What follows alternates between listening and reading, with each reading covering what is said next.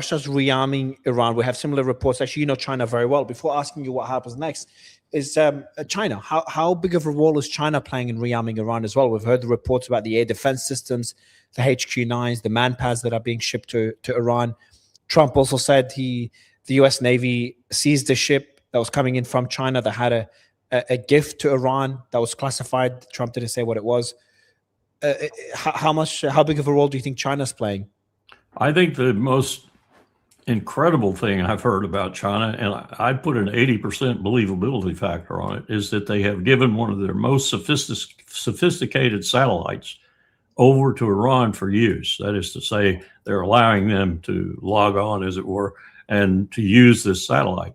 It's what gave them such precise targeting data and such devastating targeting data in their first tier of targets, Bahrain being the leading one, which was virtually devastated, both the U.S. Fifth Fleet facility there and the oldest refinery in the Gulf gone.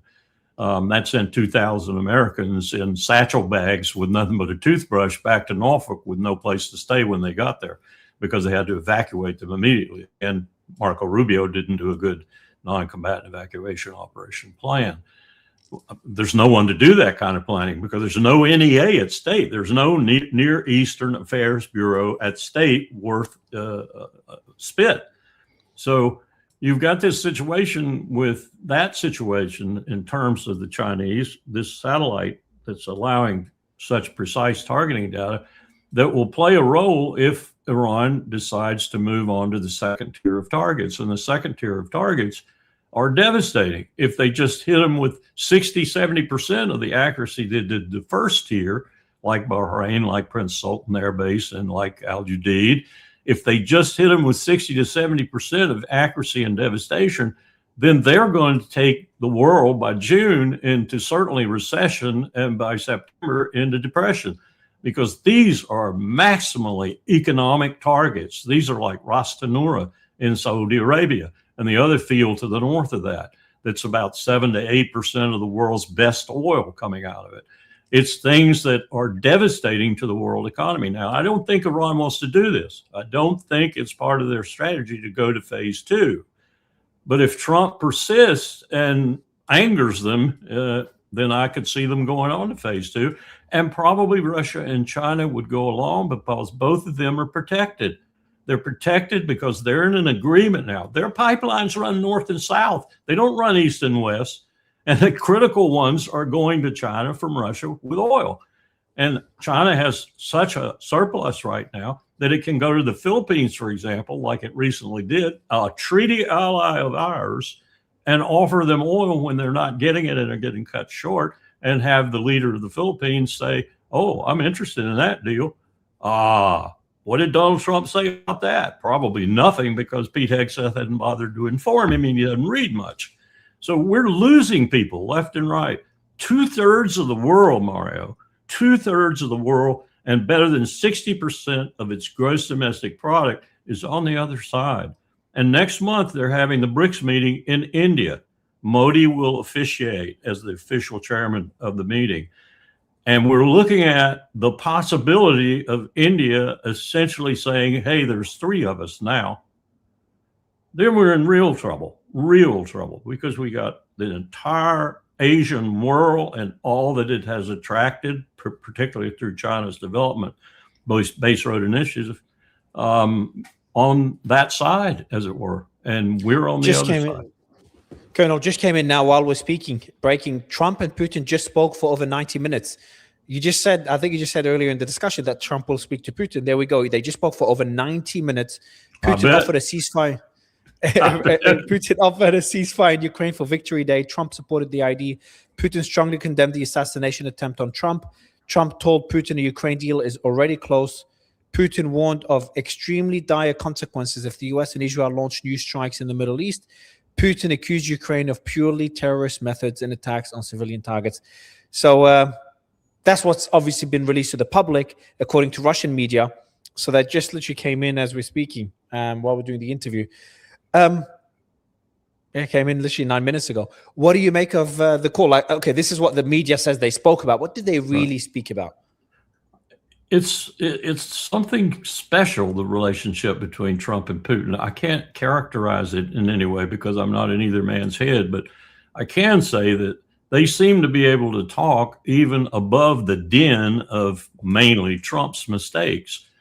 And I think it's because Putin understands what the U.S. oil and gas capacity is, what his own oil and gas capacity is, what's happening with those two capacities. For example, in the Permian Basin with us, you have to have oil above $50 to $60 a barrel in order to even take the oil out and make it economical. It's so expensive to get out.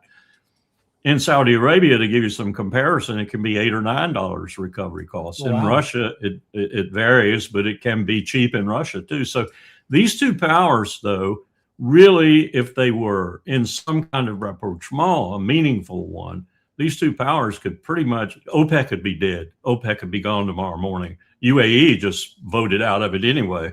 But they could more or less orchestrate the globe with this power over this critical asset, liquid natural gas and also oil.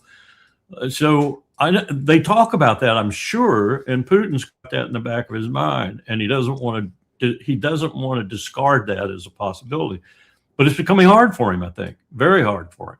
Ukraine may be winding down to an extent, but at the same time, you've got Zelensky going all over the world and still talking about how they are doing well, how the majority of Ukrainians. I have a friend who called me from Ukraine 2 days ago and told me the polls are clearly wrong. Zelensky's controlling them. Her informal polls are 60 to 70% of the Ukrainians want him gone and want the war to end and want the teams that come to their homes and steal their daughters and their sons to stop. They want the conflict to end. But Zelensky is keeping it alive with European and American support. So go back to my original strategic conception, which I think I talked with you about earlier, and that is that this is all about a war with China. It's all about a war with China. And it's developing from the Arctic through the Baltic, where now we have some Scandinavian states that are trying to start a war with Russia. They think that'll pull the United States back in if Russia makes a mistake and attacks a NATO country under Article 5. Ukraine, the Caucasus, where we're still working on destabilizing Georgia, all the way down to Iran. We've got an entire battlefront stretching from the Arctic almost to the Antarctic. And that's what we're trying to build through proxies in order to stop China. You mean stopping China's economic expansion through the Belt and Road Initiative and other similar initiatives? Yep. How? What will China? Those railroads that were to take 16 hours in the central part and debouch into Europe, and the southern one that was going has been built. We've been bombing the bejesus out of it. Tells you something. Through Iran, Bandar Abbas, Chabahar, and up the Persian Gulf. 25 hours. That reduces sea time from roughly 2.5 to 3 days by sea, no matter what strait you take. It reduces it to 16 hours for the central railroads and 25 hours for the southern railroad. Think about that. That revolutionizes world commerce. And it takes it off the high seas where we have major power. Exactly. That's a big threat to the U.S. is the U.S. has control of the seas, which also China is going to challenge that. But take a long time, I assume, and you know better than I, for China to match the American dominance when it comes to the Navy. So one way is to obviously expand the Navy, which China is building faster than any other country. I think they're building 200 and something times X. Yes. So multiples over what the U.S. capacity, shipbuilding capacity is. But another way to counter that. People forget, Mario, they have 6,000 ships, and they're not boats, they're ships. They're at sea often for 2 years with vast refrigeration in their bows and in their sterns. They're fishing boats. They're deep sea fishing boats. It's the biggest deep sea fishing fleet on the face of the earth by a factor of enormous percentage. They're the biggest fishers in the world. And some of these boats are armed. If you've ever seen them lined up in parade from Haiphong all the way out, roughly to the Philippines, to the reefs off the Philippines, Mischief Reef, places like that, it's awesome. And people who say that China doesn't have maritime skill, sorry, boy, they've been developing it with this fishing fleet for a long time. And with China and Russia together, they match our submarines, both ballistic and attack. And China has diesel submarines that are very, very quiet. I would be willing to bet you there's a diesel submarine or two in the North Arabian Sea shadowing our aircraft carriers right now. And I bet we don't know it. We already know there's a Chinese intelligence ship at the coast there. It's been collecting intelligence throughout the entire war. That came out a few days ago. How far could the US push before? So China's been very careful in maintaining its non-interventionist strategy, but till what end? Is there a certain line that if the US crosses, that Russia or China might get involved even more than they are right now? Obviously, they're rearming Iran relatively aggressively, but could it escalate beyond that? I had a guest earlier today talk about the possibility of, I know a lot of people like to throw the word around, but it's fair to mention World War III now. When you've got a war in Ukraine, you've got the Middle East, it's already blown up, and you've got the tensions with Taiwan, the South China Sea. So you put all these things together, and I think we've got to really tread very carefully. But where is the line for China and where is the line for Russia, in your opinion, especially China? I think the line for China is very distant, if you will, if that's the right metaphor, because they don't want a war. They know they're winning. They know they're winning in almost every category of economic, industrial, and technological power. They know the only thing they have left, and Xi Jinping has just put an edict out on that, is the financial system. And they have said now categorically they're going to substitute their renminbi for the dollar. And they're going to take over and change the financial system. I have no doubt in my mind that they will succeed in that element of capitalism with communist characteristics, as well as they have the other aspects. So we're looking at a country that is growing very much more powerful than we in all the elements of state power, that doesn't want a war, but would go to war probably with regard to Taiwan, were we to make an overt move. We won't do that, I don't think. Even with Donald Trump, I don't think we'll do that.